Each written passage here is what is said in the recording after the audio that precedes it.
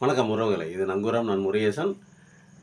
இந்த காணொளி தமிழர்களுக்கான காணொளி, உங்களுக்கான காணொளி. தமிழ்நாட்டினுடைய மண் வளம், மக்கள் வளம் பற்றி பேசுகிறது. தயவுசெய்து சப்ஸ்கிரைப் செஞ்சு உங்களுடைய மேலான ஆதரவை கொடுங்கள். நன்றி, வணக்கம். இந்த போதைப் பொருளுங்க, போதைப் பொருள் இருக்குது பார்த்தீங்களா? முதல்லலாம் இப்போ கல், சாராயம் அப்படியெல்லாம் இருந்துச்சு. இப்போ வந்து என்ன பண்ணுறாங்க அப்படின்னா, போதை வஸ்துக்கள் அதிகமாகிடுச்சு. கஞ்சா, ஹெராயினு, அபின்னு இந்த மாதிரி பலதரப்பட்ட இந்த போதை வஸ்துக்கள் வந்து தமிழ்நாட்டை மட்டுமில்லை, இந்தியா மொத்தமாக ஆக்கிரமிப்பு பண்ணியிருக்குது. இப்போ ஒரு காணொலியில் நம்ம பார்த்துருக்கோம். இந்த இது இருக்குது பாருங்கள், உத்தரப்பிரதேசத்தில் ஒரு நம்ம மார்க்கெட்டு மாதிரி ஒரு இடத்துல தள்ளு வண்டியில் நம்ம தக்காளி வெங்காயம்லாம் வைப்போம் பார்த்தீங்களா, அந்த மாதிரி போதைப் பொருளை வச்சு விற்றுக்கிட்டு இருக்காங்க பைத்தியக்கார பரதேசி பயலுங்க. கஞ்சா செடியை வச்சு விற்கிறாங்க. கஞ்சா அங்கிட்டலாம் விளையுது போல் இருக்குது. இது கவர்மெண்ட்டுக்கு தெரியுமா தெரியாதான்னு தெரில. ஒரு தள்ளு வண்டியில் வச்சு விற்கிற அளவுக்கு கஞ்சா செடியை வந்து விற்கிற அளவுக்கு அந்த மாநிலம், அந்த அந்த அந்த அந்த மாவட்டத்தினுடைய கட்டமைப்பு அவ்வளவு ஜோராக இருக்குது பார்த்துக்குங்க. அது ஒன்று. இந்தியாவில் இருக்கிற இளைஞர் பட்டாளம் இருக்குது பார்த்தீங்களா, உலகத்திலேயே அதிக இளைஞர்களை கொண்ட நாடு இந்தியா. சரி, ரைட்டு. அந்த உலகத்திலே அதிக இளைஞர்களை கொண்ட இந்தியா அப்படிங்கிற ஒரு நாடு அந்த இளைஞர்களை எந்த திசையில் திசை திருப்புகிறது, எந்த மாதிரியான கட்டமைப்போடு கொண்டு போகிறது, எந்த மாதிரி அந்த இளைஞர்களை வழி நடத்துகிறது, இதுதான் நமக்கு முக்கியம். இப்போ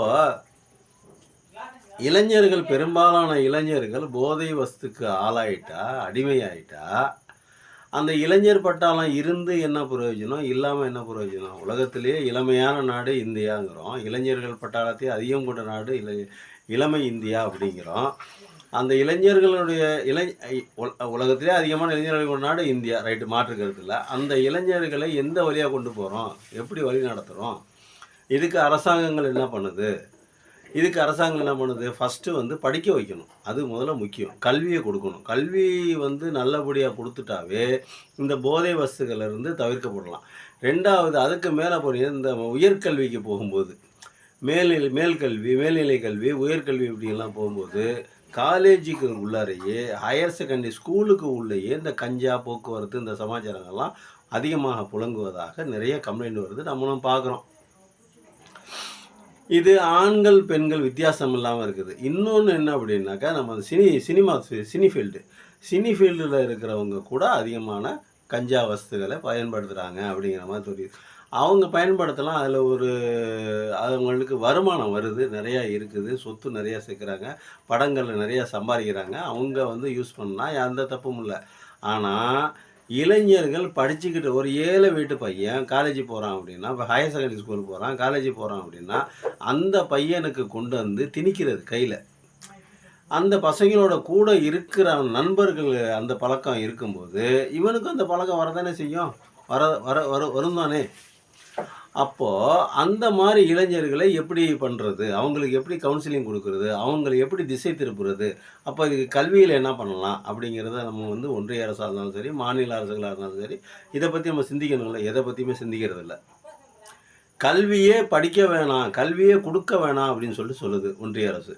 இப்போ இதுக்கு நடுவில் இன்னொரு மேட்டரை பார்ப்போம். நம்ம எடப்பாடி பழனிசாமி சொல்லியிருக்காரு, தமிழ்நாடு முழுசும் கஞ்சா விற்கிறாங்க, அவங்க மேலே நடவடிக்கை முடியல. ஏன் நடவடிக்கை எடுக்க முடியல அப்படின்னா, திமுக காரங்க தான் விற்கிறாங்களாம். இப்போ அவர் புகார் சொல்கிறார் பாருங்க. ஒரு பிரச்சார மேடையில் ஒரு எதிர்கட்சி தலைவர், முன்னாள் முதலமைச்சர் ஒரு விஷயத்தை பேசுனா அதுக்கு ஆதாரங்களோட பேசணும்ல. இந்த ஊரில் இந்த பதவியில் இருக்கிறவர், இந்த போஸ்டிங்கில் இருக்கிறவர், இதை வந்து விற்றாரு. அவங்க போலீஸ்காரங்க கேட்க போனதுக்கு, நான் ஆளுங்கட்சி, என்னை ஏன்டா அரெஸ்ட் பண்ணிடுவியா, பார்க்கலாமா, நான் மந்திரிகிட்ட சொல்லுவேன், சிஎம்கிட்ட சொல்லுவேன், வெளியிடத்தில் சொல்லுவேன் அப்படின்னு சொல்லி மிரட்டினா பரவாயில்ல. ஆனால் இது எதுக்குமே ஆதாரம் இல்லாமல் போகிற போக்கில் மொத்தத்தில் கஞ்சா விற்கிறாங்க அப்படின்னு சொல்லி, ஏற்கனவே கஞ்சா விற்கிறாங்க, அது திமுககாரங்க தான் விற்கிறாங்க, திமுககாரங்க விற்கிறதுனால போலீஸு ஆக்ஷன் எடுக்க முடியல அப்படின்னு சொல்லி ஒரு குற்றச்சாட்டு. இது எவ்வளோ மோசமான குற்றச்சாட்டு, இது எவ்வளோ வஞ்சகமான ஒரு குற்றச்சாட்டு. ஆதாரம் இல்லாமல் வாய்க்கு வந்த போக்கில் அள்ளி அரைச்சிட்டு போனால் அதுக்கு என்னங்க அர்த்தம்? அது ஒன்று. இன்னொன்று என்ன அப்படின்னா, தமிழ்நாட்டில் கஞ்சா விற்கிறாங்க, கஞ்சா நிறையா இருக்குதுங்கிறது தெரியும். என்னுடைய தம்பி, தூரத்து விட்ட தம்பி பையன் கூட, ஒரு பையன் கூட இறந்து போயிட்டாப்புல. கஞ்சா விற்கிறதுங்கிறது எல்லாத்துக்குமே தெரியும். கஞ்சா விற்கிறாங்க. அது ரைட்டு. அது திமுககாரன் தான் விற்கிறாங்கிறது பொத்தாம் பொதுவா குறை சொல்லிட்டு போறதுல தப்பு இல்ல. ஆதாரத்தோட முன்னாள் முதல்வர், இந்நாள் எதிர்க்கட்சி தலைவர் ஆதாரத்தோட விஷயங்கள சொல்லணும். அது வந்து அவர் மாத்திக்கணும். தனித்தனியா மாத்தி அவர் மேடையில பேசுற இடத்துல பூரா ஏதாவது ஒண்ணு திமுக மேல ஏதாவது ஒரு குற்றச்சாட்ட சொல்லிட்டே இருக்காரு. இங்க அவ்வளோ லஞ்சம் வாங்குனாங்க, இங்க அவ்வளோ லஞ்சம் வாங்குனாங்க, போதைப் பொருள்ல இவ்வளோ லஞ்சம் வாங்குனாங்க, டாஸ்மாக்ல லஞ்சம் வாங்குனாங்க. எதுக்குமே ஆதாரமா சொல்றதில்ல. அந்த ஆதாரங்களை வெளியிட்டாம பொத்தாம் பொதுவுல பிரச்சாரத்துல ஒரு 5000 பேர், 10,000 பேர் கூடியிருக்க இடத்துல ஒரு பிரச்சாரத்துல நீங்க பேசுறது, மக்களினுடைய மனசுல தவறான செய்திகளை கொண்டு போய் சேர்க்குறீங்க அப்படின்னு தான் அர்த்தம். சரி, அது ஒரு பக்கம் இருக்கட்டும். இப்ப கஞ்சா வந்து பரவலா இருக்குது. அது நல்லாவே தெரியுது. ஒரு 2 வருஷத்துக்கு முன்னாடி முந்த்ரா துறைமுகம். இந்த துறைமுகம் வந்து அதானியோட துறைமுகம். அதானியோட கட்டுப்பாட்டுல இருக்குது. அவருக்கு லீஸுக்கு குடுத்துறாங்க. மத்திய ஒன்றிய அரசு லீஸுக்கு குடுத்துருக்காங்க. அது 99 வருஷத்துக்கு குத்தகை எடுத்திருப்பாங்கன்னு நினைக்கிறேன். சரி, அப்படியே இருக்கட்டும். அந்த அதானி துறைமுகத்துல கிட்டத்தட்ட 3000 கிலோ, அதாவது அந்த ரவுண்ட் ஃபிகரா சொல்லாம 3000 கிலோ அப்படின்னு சொல்லிட்டு சொல்லாம 2900 சொச்சம் ஒரு சம்திங் அது மாதிரி சொல்றாங்க. சரி, அந்த மாதிரி கஞ்சா வந்து பிடிபட்டிருக்குது. இதை வந்து ராகுல் காந்தி கேட்டதுக்கு அவங்க வந்து 9 டிவிஷனோ 12 டிவிஷனோ அவங்க இந்த மாதிரி பார்லிமெண்ட்லேயே சொல்கிறாங்க, இவ்வளோ கஞ்சாவை நாங்கள் பிடிச்சிருக்கிறோம் அப்படின்னு சொல்லி ராகுல் காந்திக்கு எதிர்க்கட்சி தலைவருடைய குற்றச்சாட்டுக்கு பதில் சொல்கிறாங்க. சம்மந்தப்பட்ட துறையிலேருந்து பதில் சொல்கிறாங்க. சரி, ரைட்டு. அந்த முந்த்ரா துறைமுகத்திலேருந்து கிடைச்ச அந்த 3000 கிலோன்னு வச்சுக்குவோமே, அந்த 3000 கிலோவை கொண்டு அரசு கட்டுப்பாட்டில் வச்சுருந்தா அந்த அரசு கட்டுப்பாட்டிலேருந்து நிறைய காணாமல் போயிடுச்சு. அந்த 3000 கிலோவோட இன்னைக்கு வந்து மதிப்பு வந்து கிட்டத்தட்ட பல 1000 கோடி ரூபா. ஒரு கிலோ வந்து கிட்டத்தட்ட 1 கோடி ரூபா சொல்கிறாங்க. அப்போ 3000 கிலோ அப்படின்னா யோசிச்சு பாருங்கள். இது நமக்கு கிடைச்சது, நமக்கு கிடைக்காம கண்ணுக்கு படாமல் நம்ம கண்ணில் இது நம்ம ஆதாரபூர்வமாக நம்ம வெளிவந்தது. பத்திரிகை செய்திகள்லேருந்து காணொலி செய்திகள்லேருந்து நம்ம பார்க்குறோம். ஆனால் எந்த விதமான ஆதாரமும் இல்லாமல் வெளியே போனது எவ்வளவு, கடத்தி வந்தது எவ்வளவு, அது வெளியே போனது எவ்வளவு, எத்தனை ஆயிரம் கிலோ, அது இந்தியாவுக்குள்ளே விற்கப்பட்டது எவ்வளவு, ஆப்கானிஸ்தான்லேருந்து வருது அப்படிங்கிறாங்க போதைப் பொருள். முந்த்ரா துறைமுகத்துலேருந்து வருது. அந்த முந்த்ரா அந்த மும்பை, அந்த குஜராத், அந்த துறைமுகங்களில் பூரா கடத்துகிறாங்க. கடல் வழியாக தான் அவனும் கடத்துகிறாங்க அப்படிங்கிறாங்க. சரி, கடல் வழியாக வருது. அவங்க கடல் திருப்பி அதெல்லாம் வந்து என்ன ஒன்று பண்ணி கை மாற்றி இங்கிட்டு கிழக்கு மாநிலங்கள், வடகிழக்கு மாநிலங்கள் மூலமாக அங்கிட்டு அசாம் அங்கிட்டு போக்குவரத்து அந்த சைடு மூலமாக வெளிநாட்டுக்கு அனுப்புகிறாங்க. இது மாதிரி பர்மா அங்கிட்டு போயிட்டு அப்படியே போயிடுதுன்னு வச்சுக்கோங்க. ஏதோ ஒன்று நடக்குது, ஏதோ ஒன்று போகுது. சரி, அப்படியே வந்தது பூரா அப்படியே வித்துடுறாங்களா? இல்லை. அப்போ இங்கே உள்நாட்டில் விற்கிறாங்க. அப்போ விற்கவும் தானே இப்போ இந்தியா பூரா அன்றைக்கி வந்து கஞ்சா இருக்குது. ஒரு செயலை செய்கிறதுக்குன்னா ஒரு 17, 18 வயசு பையன், 19 வயசு பையன் ஒரு தப்பான காரியங்கள், ஒரு தவறான காரியத்தை செய்கிறதுனா கஞ்சா அடிச்சுட்டு தான் செய்கிறான். ஏன்னா கஞ்சா அடிச்சிட்டா தான் அவனுக்கு வந்து மூளை செலவு செய்கிறதுக்கு வசதியாக இருக்கும். கஞ்சா அடித்தவனை பாருங்கள், என்ன சொல்லி கொடுக்குறாங்களோ, அந்த போதையில் என்ன சொல்லி கொடுக்குறாங்களோ அதை கண்டிப்பாக அப்படியே செஞ்சிருவான். இது வந்து அந்த கஞ்சாவுக்கே உரிய ஒரு இயல்பு. அந்த சிறுமூளை அரெஸ்ட் ஆகிரும். அவங்க அப்போதைக்கு அவங்களுக்கு என்ன சொல்கிறத கேட்கணும் அப்படிங்கிறது தான் அவங்க நினைப்பாங்க. அவங்க சொல்கிறத நம்ம செய்யணும் அப்படிங்கிற மாதிரி தான். இந்த தவறான குற்ற செயல்கள் செய்கிறது பூரா இந்த மாதிரி கஞ்சா பழக்கத்தினால தான், இந்த கஞ்சா குடிச்சிட்டு தான் இந்த வேலையெல்லாம் செய்கிறாங்க. அப்போது இதுக்கு என்ன பண்ணணும்? அப்போது ஒன்றிய அரசு ஏன் வேடிக்கை பார்த்துக்கிட்டு இருக்கா? அப்போ கடல் வழியாக கடத்துகிறாங்க, ஏன் அங்கேயே நிப்பாட்டக்கூடாது? சரி, துறைமுகத்தில் கடத்துகிறாங்க, அந்த சுங்க வரியா, அந்த கலால் வரியா, ஏதோ ஒரு இளவு வரி அந்த அதிகாரிகள்லாம் இருப்பாங்களா, அவங்க என்ன பண்ணுறாங்க? செக் பண்ணாமல் அந்த அந்த அந்த அந்த அந்த போதைப் பொருளை பிடிக்க வேண்டியதானே? அப்போ இதுக்கு பின்னாடி பிடிக்க முடியல அப்படின்னா அதுக்கு பின்னாடி யார் இருக்காங்க? கணக்கு காட்டினது 3000 கிலோ அப்படின்னு வச்சுக்கிட்டா, அதாவது எதுக்கு அதை கணக்கு காட்டுறாங்க அப்படின்னா, அந்த 3000 கிலோவை நாங்கள் பிடிச்சிட்டோம், பெரிய அமௌண்ட் வந்து கிலோயே பிடிச்சிட்டோம். அப்போ உண்மையிலே நடக்கிறது என்னவா இருக்கும் அப்படின்னா, 3000 கிலோ வருதுங்கிறது ஒரு சின்ன விஷயம். சின்ன விஷயத்த நம்மள்ட்ட காட்டி மக்களுக்கு பகிரங்கமாக சொல்கிறாங்க, நாங்கள் பிடிச்சிட்டோம், நாங்கள் வந்து சுத்தமானவங்க அப்படின்னு காட்டி கொடுக்குறது. அந்த 3000 கிலோங்கிறது சொல்லிட்டோம் அப்படின்னா, அப்பா கஞ்சா பிடிச்சிட்டாங்கப்பா அப்படின்னு. ஆனால் பிடிக்காமல் விட்டது எவ்வளவு, கண்டுக்காமல் விட்டது எவ்வளவு, உள்நாட்டில் விற்கப்பட்டது எவ்வளவு, உள்நாட்டில் இங்கே முந்த்ரா துறைமுகத்திலேருந்து இல்லை குஜராத் துறைமுகத்திலேருந்து கடத்தி கொண்டு வந்து அதை வெளிநாட்டுக்கு விற்றது எவ்வளவு? இதுக்கெல்லாம் கணக்கு வேணும்ல? வராது. சும்மா ஐவாசுக்காக 3000 கிலோ கணக்கு காஞ்சிடும். அதுலேயும் முக்கால்வாசி திருடு போயிடுச்சு. இந்த 3000 கூட கிலோவே பல ஆயிரம் கோடி ரூபா இருக்கும் அப்படின்னா, இன்னும் கடத்தப்பட்ட இன்னும் விற்கப்பட்ட அந்த போதைப் பொருட்கள் யோசிச்சு பாருங்க. நீங்களே யோசிச்சு பாருங்க. அப்போ இளைஞர்களுடைய வாழ்க்கை என்ன எங்கிட்டு போய்க்கிட்டு இருக்குது? எதை நோக்கி போகும்? இப்போ ஒன்றிய அரசு என்ன சொல்லுது? இளைஞர்களை படிக்கக்கூடாது அப்படிங்குது. புதிய கல்விக் கொள்கையை கொண்டு வருது. இளைஞர்கள் படிக்கக்கூடாது. நீட்டு கொண்டு வருது. ஏன் டாக்டருக்கு படிச்சிடக்கூடாது எல்லாருமே அப்படின்னு. புதிய கல்விக் கொள்கையில் என்ன சொல்கிறாங்க? இந்த குலக்கல்வியை மாதிரி கொண்டு வரணும். யார் என்னத்தை அவங்க அப்பா என்ன சொல்லி தொழில் செய்கிறானோ அதே தான் புள்ள செய்யணும் அப்படிங்கிற மாதிரியான ஒரு சூழ்நிலையை சாதிக்கு ஒரு தொழில் வச்சுருக்காங்க. அந்த தொழில் அந்த மாதிரி தொழிலை வச்சு அந்த தொழிலை தான் செய்யணும் அப்படிங்கிற மாதிரியான அந்த அஜெண்டாலாம் அந்த புதிய கல்விக் கொள்கையில் இருக்குது. அது வேணாம்னு சொல்லிட்டு நம்ம முதல்வர் எதுக்குறாரு. இப்போ அவங்களோட என்ன இன்னொரு ப்ளஸ் அதில் என்ன செய்கிறது? இந்த கஞ்சாவை குடித்து எல்லாருமே மயக்கத்திலே இருந்தாங்கன்னு வச்சுக்கோங்களேன், அப்போ படிக்க மாட்டாங்க, வாழ்க்கை கெட்டு போயிடும். இளைஞர் பட்டாளத்தை இந்திய மக்களை இந்திய இளைஞர் பட்டாளத்தை முட்டாளாக்குவதற்காகத்தான் ஒன்றிய அரசு இதை செய்கிறது அப்படின்னு நான் பகிரங்கமாக குற்றம் சாட்டுறேன்.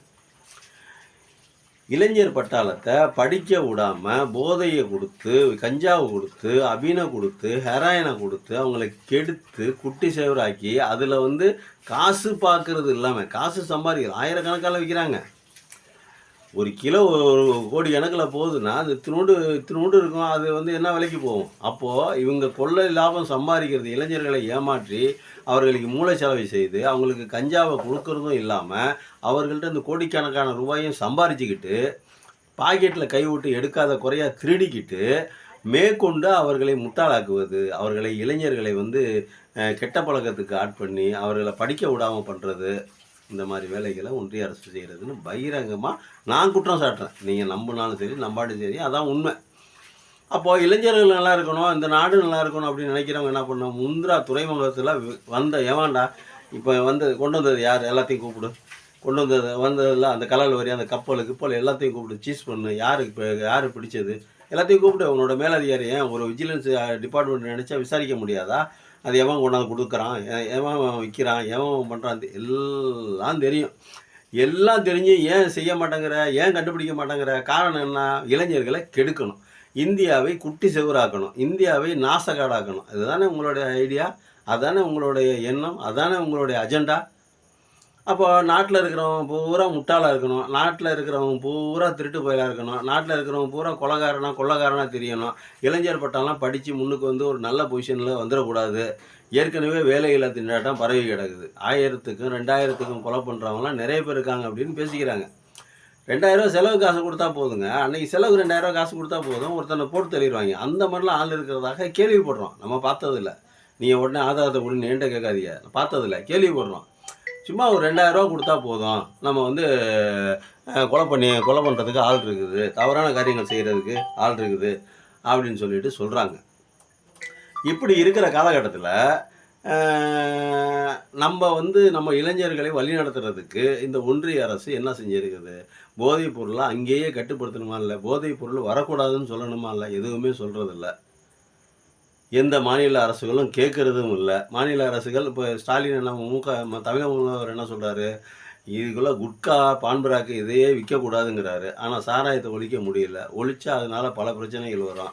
சாராயம் இந்தியா பூரா குஜராத்திலேயே தண்ணி ஆறாக ஓடுது. காந்தியடிகள் பிறந்த ஊர்லேயே தண்ணி ஆறாக ஓடுது. இவ்வளவு பிரச்சனைகளுக்கு நடுவில் நம்ம இளைஞர்களை எப்படி காப்பாற்ற போகிறோம்?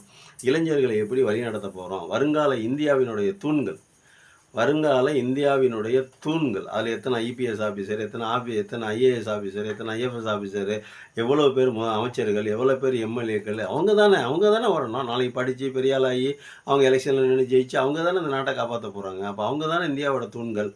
அப்போ வருங்கால இந்தியாவோட தூண்களை நம்ம அழிக்கிறோம். நம்ம அவங்களுக்கு கெட்ட பழக்கத்தை மண்டையில் புகுத்தி அவர்களை அரைகுறைகளாக வளர்க்குறோம். மோசடிக்காரர்களாக, திருடர்களாக, ஏமாற்றுக்காரர்களாக, கொள்ளைக்காரர்களாக, கொலைக்காரர்களாக நம்ம இளைஞர்களை மாற்றிக்கொண்டிருக்கிறோம். இதுதான் உண்மை, இதுதான் நடக்குது. இதெல்லாம் நடக்கக்கூடாது அப்படின்னா கஞ்சா உள்ளே வந்துச்சுன்னா மொத்தமும் காலி பண்ணுவேன் அப்படின்னு சட்டம் இயற்றணும். எல்லா சட்டங்களும் இருக்குது. கஞ்சாவுக்கு எதிரான அனைத்து போதைப் பொருளுக்கு எதிரான சந்தைகள்லாம் இருக்குது, இல்லாமலாம் இல்லை. ஆனால் அதை செயல்படுத்தணும்ல. யார் இம்ப்ளிமெண்ட் பண்ணணும்? அந்த சம்மந்தப்பட்டவங்க தானே இம்ப்ளிமெண்ட் பண்ணணும். அப்ப சம்மந்தப்பட்டவங்க இம்ப்ளிமெண்ட் பண்ணல அப்படின்னா, அந்த சட்டம் இருந்து என்ன புண்ணியம்? இல்லாம என்ன புண்ணியம்? இளைஞர்களின் வாழ்வு சீரழிவதை யாராலும் தடுக்க முடியாது. அதனால தயவு செஞ்சு பெற்றோர்களாகிய நாம், மக்களாகிய நாம் தான் சிந்திச்சு, நம்ம குழந்தைகள இதிலேருந்து காப்பாத்துறதுக்கு என்ன வழி? இது நம்ம குழந்தைகள பாதுகாப்புறதுக்கு இந்த போதை வஸ்துகள்லேருந்து, இந்த கஞ்சா பழக்கத்திலேருந்து, குடிப்பழக்கத்திலேருந்து காப்பாற்றுவதற்கு என்ன வழி? அவர்களுடைய வளர்ப்பு முறையும், நல்லபடியா வளர்க்குறதுலயும், அந்த வளர்ப்பு முறையிலயும் இருக்குது. அவர்களை மாணவ பருவத்தில இருக்கிறவங்கள கண்காணிப்பது ரொம்ப முக்கியமா இருக்குது. கண்காணிச்சு அவர்களை நல்வழிப்படுத்துவது இன்னைக்கு ரொம்ப முக்கியமா இருக்குது. ஸ்கூலுக்கு போனா டீச்சர் அடிக்கக்கூடாது, சண்டை போடக்கூடாது. இப்போ ஸ்கூல்ல வாத்தியார அருவாள் எடுத்து வெட்ட போனோம் கொய்யால, கும்மால அப்படின்னு பேசுகிற பசங்கள்லாம் நம்ம காணொளிகள பார்க்குறோம். வாத்தியார் வாயை மூடிட்டு உட்காரு, உட்கார்றான்னா உட்கார்றா அப்படின்னு சொன்னால் உட்காந்துக்கிறாரு. வேறு வழி இல்லை, விட்டு அடிச்சு போடுவாங்க. அந்த மாதிரி இருக்குது சூழ்நிலை.